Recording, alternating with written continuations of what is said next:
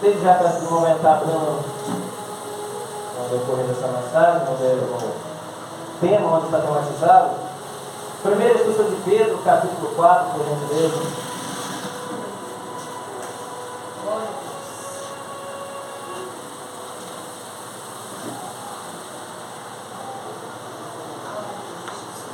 Aleluia.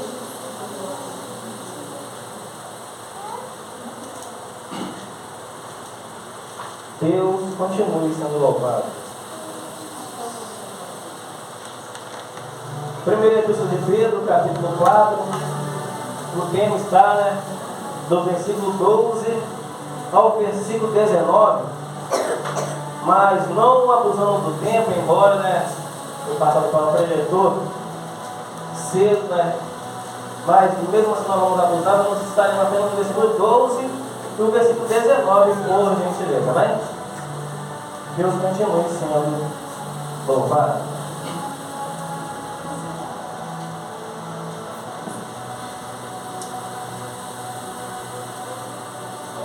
Primeira Pedro, capítulo 4, versículo 12 e versículo 19. Estarei no versículo 12 e peço que os irmãos venham estar lendo seguidamente. Versículo 19, por gentileza. Versículo 12 diz, subtítulo, amados, não estranheis a ardente prova que vem sobre vós, para vos tentar, como que se coisa estranha vos acontecesse. 19 a igreja, por gentileza. 1 Pedro, capítulo 4, versículo 19.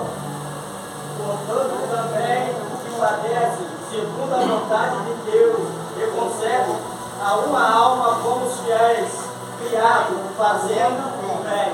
Podeis tomar o nosso assento, glorificando e bendizendo ao santo nome do Senhor. Aleluia a Deus. Hoje ainda não estaremos entrando em introdução, o como sempre está entrando na introdução, mas sem introdução hoje, para tentarmos adiantar o máximo do tempo possível. A palavra devemos relatar com este tema, ardendo em fogo do Espírito Santo. Não é de qualquer maneira que vamos arder no fogo deste Espírito Santo este que bem sabemos que o próprio Jesus, no Evangelho de João, se não para a memória, capítulo 14, versículo 18, se não para a memória, Jesus Cristo na sua ascensão, na sua subida, a palavra enfática em dizer que quando Jesus Cristo estava subindo na sua ascensão, depois de ter ressuscitado ao terceiro dia, e ter ficado mais 40 dias instruindo, dando mais instruções além do que já tinha dado em sua vida antes da crucificação, agora dá mais instruções dentro de 40 dias após a sua ressurreição do terceiro dia. Ele sobe na sua ascensão. Ascensão significa subida, e ali ele diz para os discípulos que a qual nós também recebemos essa palavra: vocês não precisam ficar preocupados, não precisam se preocupar, porque eu estou subindo, mas rogarei ao Pai, não vos deixarei órfãos, mas rogarei ao Pai que vos envie um Consolador, para que estejais convosco para sempre. Ou seja, o Senhor Jesus Cristo decretou que iria rogar ao Pai, conforme ele rogou, para que agora enviasse o Espírito Consolador para estar conosco para sempre. E entrando na ministração, a palavra enfática em dizer que que Jesus Cristo diz, que aqueles que estão passando pela provação, pela ardente provação do fogo, obrigado, ele disse que nós somos bem-aventurados. Por quê? Porque quando estamos passando pela ardente prova de fogo, é um sinal que nós estamos sendo participantes de Cristo, do ministério de Cristo. Por quê? Porque este é o verdadeiro Evangelho de Jesus. Não é este Evangelho que agora estão pregando por aí, que agora só pregam apenas sobre prosperidade, só pregam sobre porta aberta. Vivemos no meio de uma nova geração em que agora só pregam sobre isso. Não que seja errado, mas só fixam os olhos, só tocam nesse teclado, nessa questão acerca de porta aberta, que Deus é amor, que Deus abre porta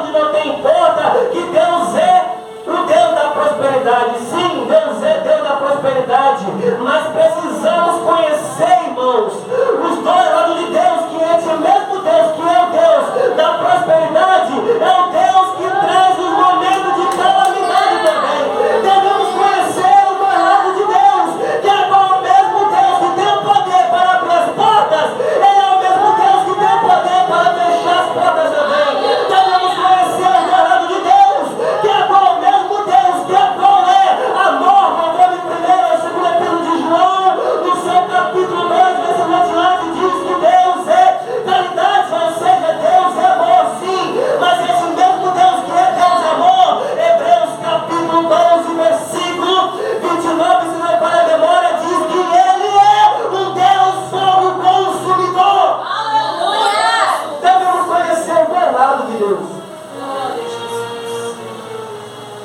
Pois bem, este é o verdadeiro Evangelho de Jesus.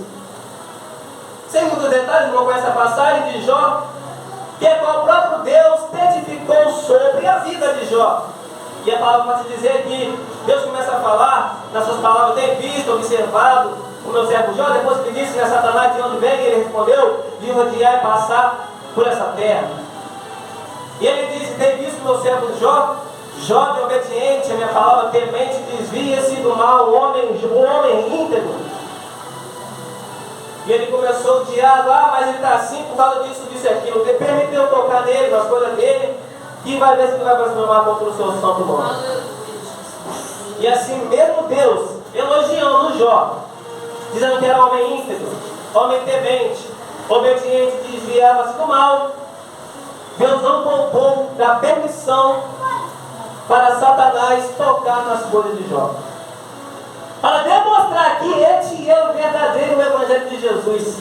Que é qual ele mesmo disse no Evangelho de João, no seu capítulo 16, no seu versículo 33, ele disse, no mundo tereis aflições, mas tem de bom ânimo, porque eu venci o mundo. Ei, se você está passando por provação, irmão, não se preocupa não pense que Deus te abandona não. Isso é sinal que você está incomodando o inferno.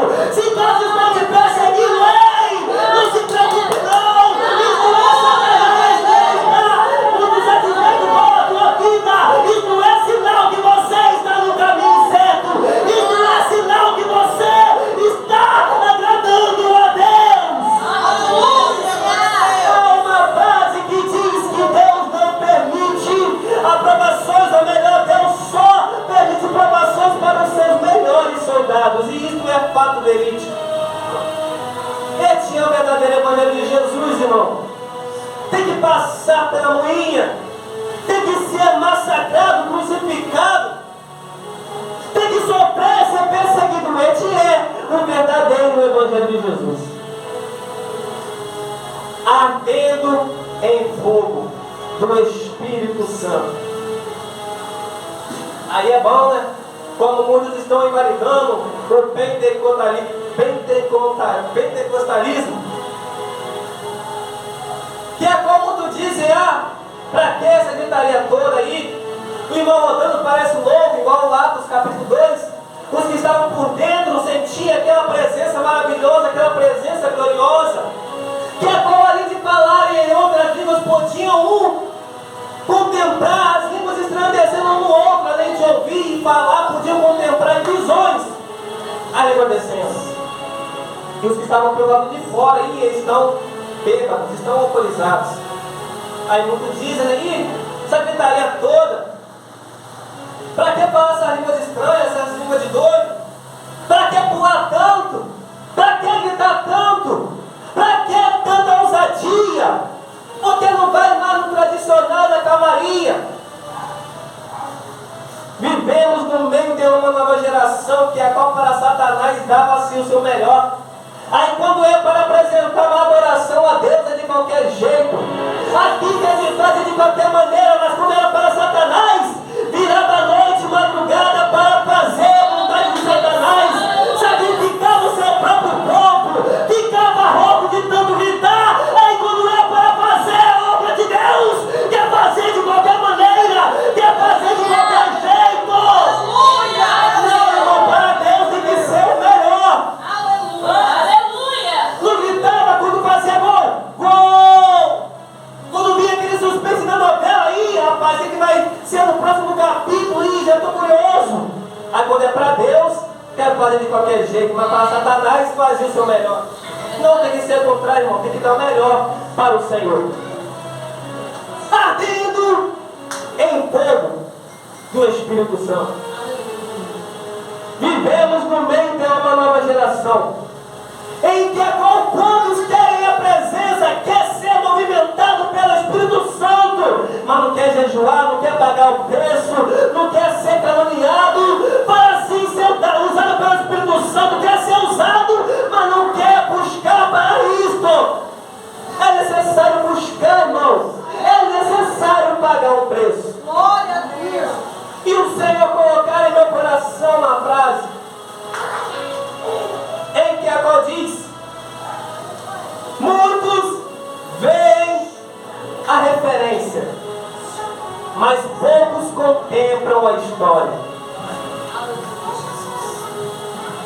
repetir comigo essa frase, por gentileza, no 3? Muitos veem a referência, mas poucos contemplam a história. Deu para gravar? Muitos veem a referência, mas poucos contemplam a história. Vamos estar repetindo no 3, por gentileza? 1, 2, 3. Muitos veem a referência, mas poucos contemplam a história. Muito obrigado, deu para gravar. Aí vemos em 1 Reis, capítulo 18. Versículos adiante, 36, se não está na memória, onde há a referência. A referência em que o profeta Elias está orando ao Senhor, Deus Pai de Isaac e de Jacó, Deus de Abraão, de Isaac e de Jacó, ou Israel. Manifesta-se hoje a referência, manifesta-se hoje que tu és Deus e que conforme as tuas palavras fiz todas essas coisas. Manifesta-se, Senhor, a tua glória para que todos saibais que o Senhor é Deus de Israel. Que só o Senhor, todos vão dizer que só o Senhor é Deus. Que só o Senhor é Deus. Referência. Aí vem a continuação da referência. Deus mandou o fogo do céu e bebeu. Os irmãos já conhecem, né? Sem dar muitos detalhes, entre os dois altares que agora estavam o povo ali de Baal, 400 e poucos profetas de Baal, e ali buscavam, se rasgavam, se cortavam e nada adiantou. Aí vem Elias, profeta Elias buscando. Aí depois da sua oração, dentro da referência, caiu o fogo dos céus. E aquele altar estava enxuto, cheio ali daquele altar de profeta Elias. O fogo que desceu dos céus, não conhece bem a passagem. Olha o poder de Deus, irmão. Na nossa ciência humana, o normal é o quê? O fogo, a água, apagar o fogo. Mas olha o sobrenatural de Deus. Após a oração de profeta Elias, na referência, o fogo bebeu toda a água que estava tendo o reino e secou-se o altar do profeta Elias. Olha o sobrenatural de Deus. Muitos veem a referência, mas poucos contemplam a história. Vamos para a referência. Deus respondeu ao profeta Elias com fogo, e aquele fogo bebeu toda aquela água até o reino do altar. Aquele fogo bebeu. Aí vamos para a história. A palavra do primeiro Reis, no mesmo primeiro Reis, no mesmo capítulo 18, porém alguns versículos anteriores, a palavra pode dizer que o profeta Elias, na expectativa de orar ao Senhor, ele observa que o altar está quebrado. Olha a história.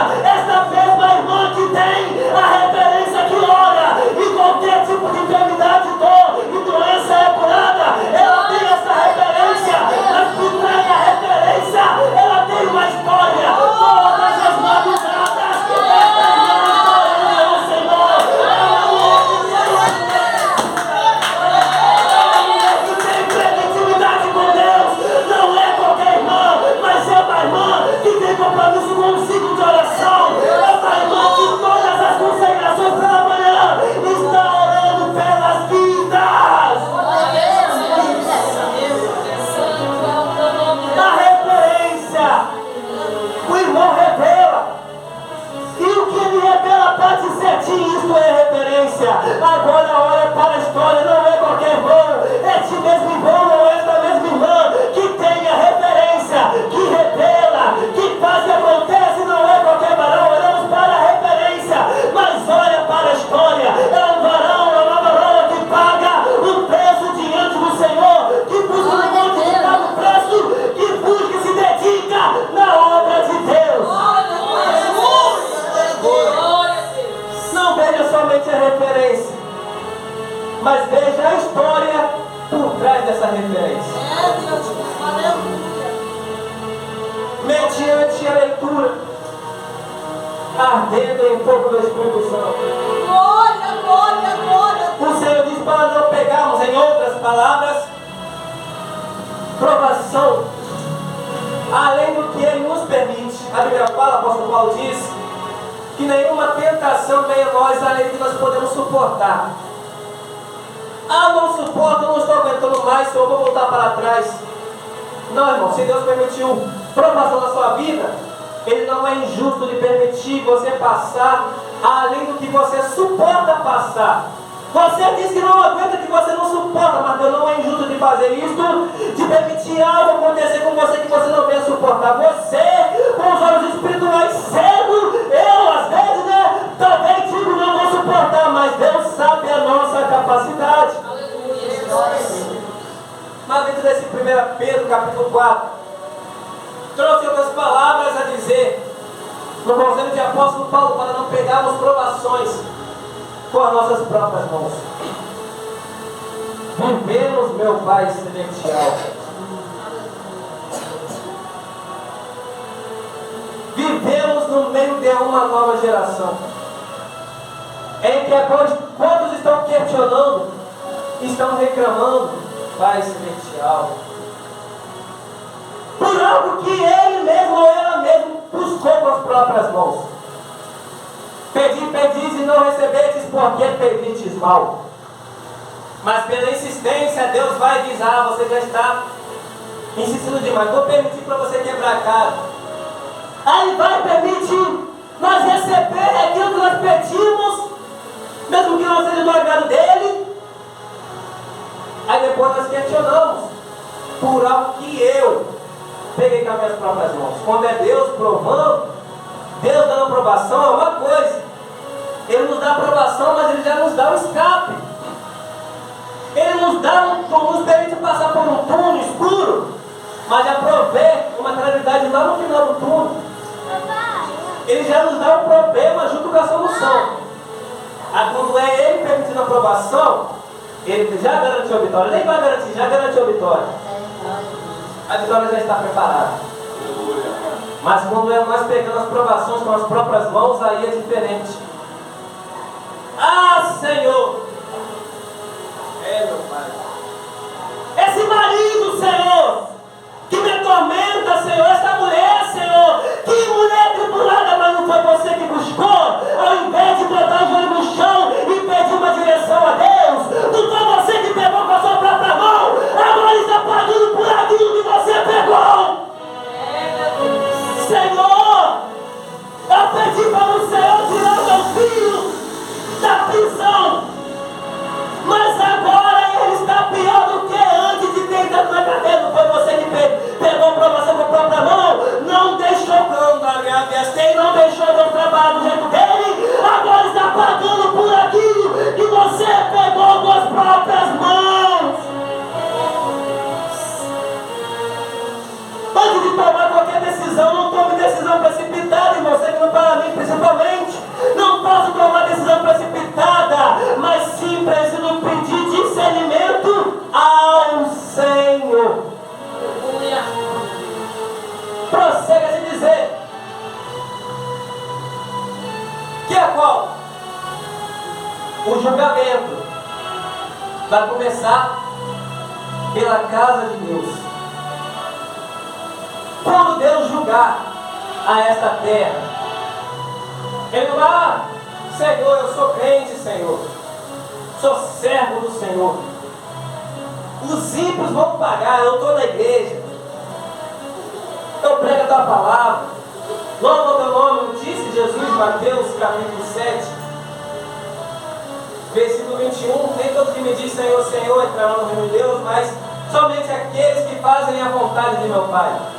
Versículo 22, e muitos me dirão naquele grande dia, mas Senhor, em teu nome eu preguei, em teu nome eu louvei, em teu nome entreguei revelações, em teu nome eu fiz, em teu nome aconteci. Aí vai dizer abertamente para trás, se não para a memória, versículo 23, apartai-vos de mim, maldito vós que praticais a iniquidade, porque eu não vos conheço. Pregar a palavra não é sinônimo de salvação, não, irmão. Louvar bonito não é sinônimo de salvação, não. Entregar revelação também não é sinônimo de salvação, não. Falar mistério, muito menos, não é sinônimo de salvação, não. Mas sinônimo de salvação é você andar retamente nos caminhos do Senhor. Sinônimo de salvação é você andar em santidade. Sinônimo de salvação é você fugir da aparência do mal. Sinônimo de salvação é você obedecer a palavra de Deus.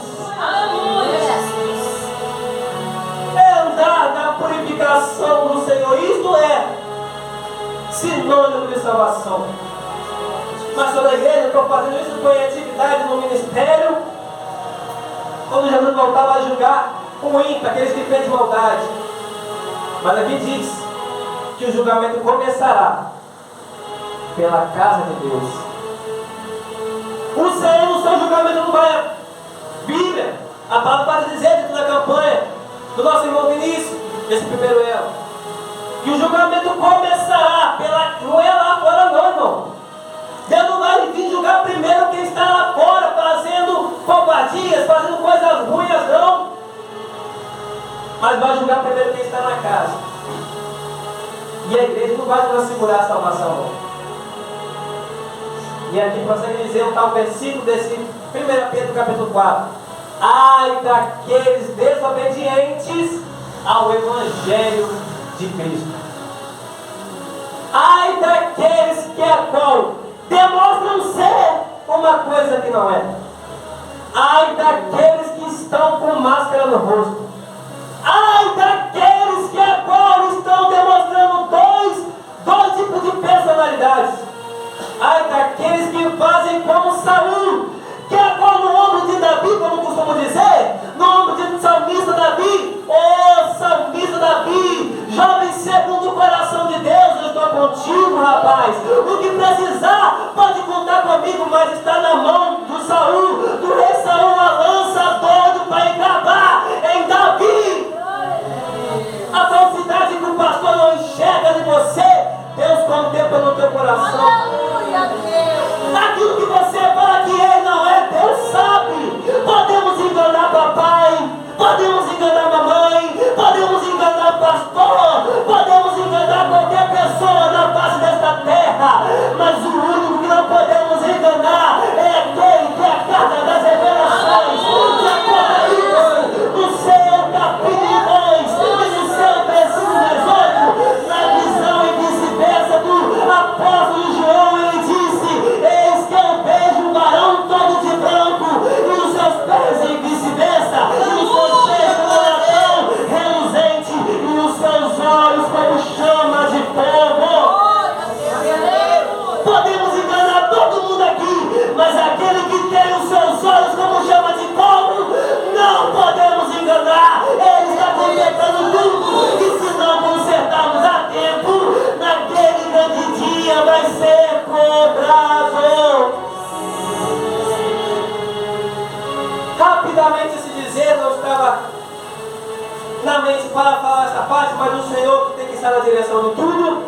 O Senhor, quando recordava do tal testemunho que creio que os irmãos conhecem, que o pastor ia em diversas convenções, pregava em várias festividades, fazia a obra do Senhor, mas porém, na maioria das pregações dele, ganhava 10, 15 almas, ele está sabendo breve, mas porém, depois que ele saía das pregações, ele ia para motel, perdão pela expressão, não pela palavra, a palavra de Deus, mas pela expressão, ia para o motel ficar com mulheres alheias. E assim virou um costume, virou uma rotina. Acabaram de pregar em convenções, em ministérios, em atividades, e ia para o motel, como ficar com mulheres alheias. E até então estava escondido. Mas ele ficou incomodado consigo mesmo. Ele disse, ó, nessa noite eu vou pregar a palavra e vou fazer diferente. Ao invés de eu ir para o motel ficar com mulheres alheias como de costume, ninguém estava vendo mesmo, eu vou para casa orar, tem alguma coisa estranha, tem alguma coisa errada. Aí ele faz diferente. Como de costume, prega, ganha almas para o Senhor e vai para a sua casa orar diante de Deus. E ele começa a sua simples oração. Deus, o que está acontecendo, Pai? Eu prego em convenções, em festividades, em diversos cultos, diversas igrejas, até fora das regiões, em outros estados. O Senhor faz a obra, as almas são libertas, e eu fico com mulheres alheias, mesmo assim o Senhor trabalha através da minha vida. Tem alguma coisa errada? Será que o Senhor está se agradando do meu pecado? Será que o Senhor está gostando da minha prostituição? Aí quando ele levantou a cabeça, duas pernas, como se fosse essa coluna, de um lado a outro, e o anjo com a espada desembainhada apontada para ele. Eis que eu te aguardo no dia do juízo. Palavra dura, né, irmão?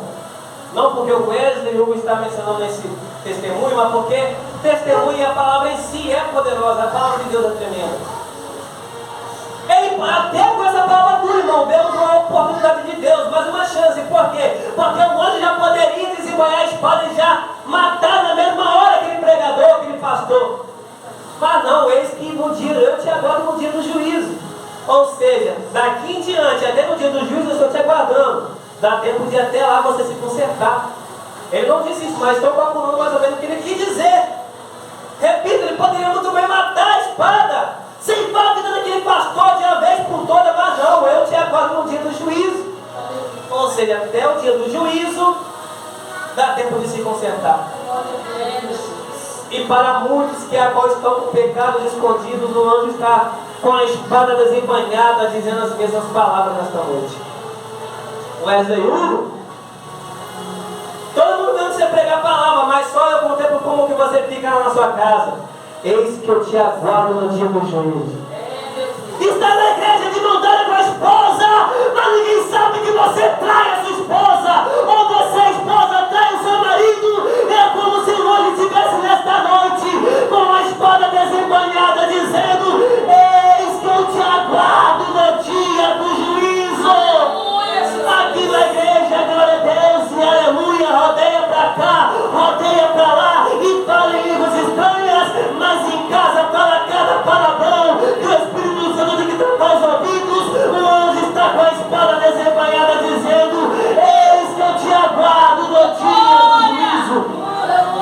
Só vem para a igreja quando quer, não tem compromisso com a obra. O Espírito Santo não tem compromisso com a obra de Deus. E ainda mente para o pastor, eu não posso ir no culto hoje porque estou passando mal. Mas quando vai olhar para o irmãozinho que está passando mal, coisa nenhuma, está lá sentado no sofá com as perninhas cruzadas, assistindo futebol, assistindo novela.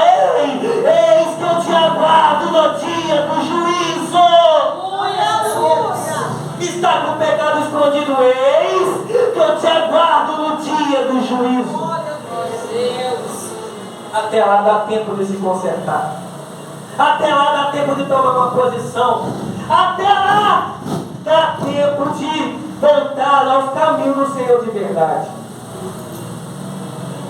E ele disse, prosseguiu dizendo, para nós encaminharmos a nossa alma para o céu, como ao fiel Criador, no caso Deus, já bem sabemos disso. Apóstolo Paulo, já terminando, aconselhando a cada um de nós, para nós encaminhar nossa alma aos céus. Nós. A palavra para te dizer em Eclesiastes capítulo 12, versículo 7.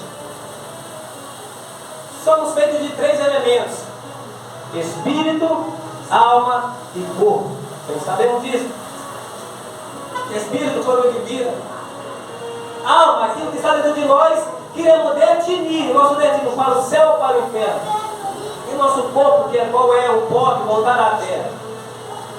Espírito, alma e corpo, mas esse Eclesiastes 12, 7 só cita sobre 2: sobre o espírito e sobre o corpo, mas não cita sobre a alma.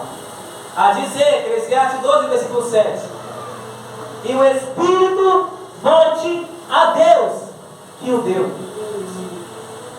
e o pó volte, e o corpo volte à terra, como o era. Bom, já não cita mais sobre esses elementos, mas só cita sobre 2, como uma determinação exata, concreta, certeza. Certamente já determinando o destino de um e de outro. O espírito, o corpo de vida, volte a Deus, que o deu.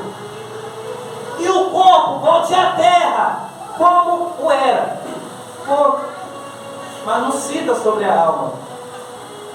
Por que será que não cita sobre a alma? Porque já está determinado.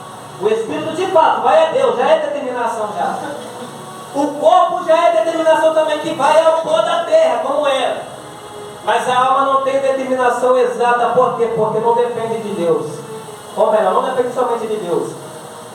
Não depende somente de Jesus. Não depende somente do Espírito Santo. Não depende somente da Trindade. Mas depende de mim. Depende de você. Já está a determinação. O Espírito a Deus. O corpo ao pó da terra. Mas não cita sobre a alma, porque a alma depende de como nós andamos na face desta terra. Somos nós, irmãos, que estamos com a responsabilidade da nossa alma. Deus dá as oportunidades. O diabo do outro lado das bandejas. Mas vem diversas opções. Opção de Deus, opção do diabo. Mas a escolha é nossa. Opções vêm de tudo quanto é lado, mas a escolha é minha. A escolha é tua. É você que escolhe para onde vai a tua alma. É você que escolhe para onde passará a sua eternidade. É você, sou eu que escolhemos se iremos passar nossa eternidade no céu ou iremos passar nossa eternidade no inferno. É nós que escolhemos se iremos subir ou se iremos descer. É nós que escolhemos se caso iremos para a vida eterna ou para a morte eterna. A escolha é tua, a escolha é minha. Costumo dizer que como tenho o passaporte, já finalizando aqui, como tenho o passaporte, né, irmãos? Vou viajar para São Paulo, um exemplo. Tem que comprar um passaporte, uma passagem, que é qual eu comprovo ali que eu comprei a passagem ou o passaporte para viajar para o destino. E com aquele passaporte, com aquela passagem, eu demonstro ali, comprovo que comprei para viajar para tal destino, para tal país. Aí costumo dizer que, como tem um país que vamos viajar, exemplo, assim também é o céu e o inferno. 2 países, país chamado céu, país chamado inferno. E o passaporte ou a passagem representa o nosso modo de viver na face desta terra. É o nosso modo de viver diante de Deus que representa o passaporte. Se iremos viajar para o país chamado céu ou para o país chamado inferno. Depende de cada um de nós. Que venhamos, irmãos, cada vez mais buscar por essa ardente presença do Espírito Santo, ardendo em fogo do Espírito Santo. O Senhor disse para Moisés, se não para a memória, em Êxodo, Levítico, capítulo 20, se não para a memória, que ele disse, irmãos conhecem mais que eu, pastor Elias, o Vinícius, me corrigir por gentileza. O Senhor deu uma ordem para Moisés. Moisés, ordena os sacerdotes que todos os dias vai lá no holocausto, no altar, e faz o quê? Jogue lenha. Vai jogando lenha. Vai jogando lenha. Vai jogando lenha. Enquanto vai jogando lenha todos os dias, no certo horário de cada dia, vai jogando lenha e o fogo não se apagará. Mas para o fogo não para o fogo não se apagar, irmão, é necessário continuar jogando lenha. E quando assim diz jogar lenha, irmão mais amigo, é você orando pelas madrugadas, está jogando lenha para o fogo do Espírito Santo não se apagar. É você estudando a palavra de Deus para o fogo do Espírito Santo não se apagar. É você tirando momentos para jejuar diante do Senhor para o fogo do Espírito Santo não se apagar. É você se dedicando na obra de Deus para o fogo não se apagar. E enquanto você vai jogando lenha, o fogo vai ardendo cada vez mais. E a lamparina com teu azeite, com a tua reserva, vai se clareando cada vez mais. Mas para a lenha não, para o fogo não se apagar, é necessário jogar lenha, é necessário pagar o preço, é necessário estudar a palavra, é necessário se dedicar, é necessário pagar o preço. Depende de cada um de nós. Assim, agradeço aí a oportunidade, em nome de Jesus.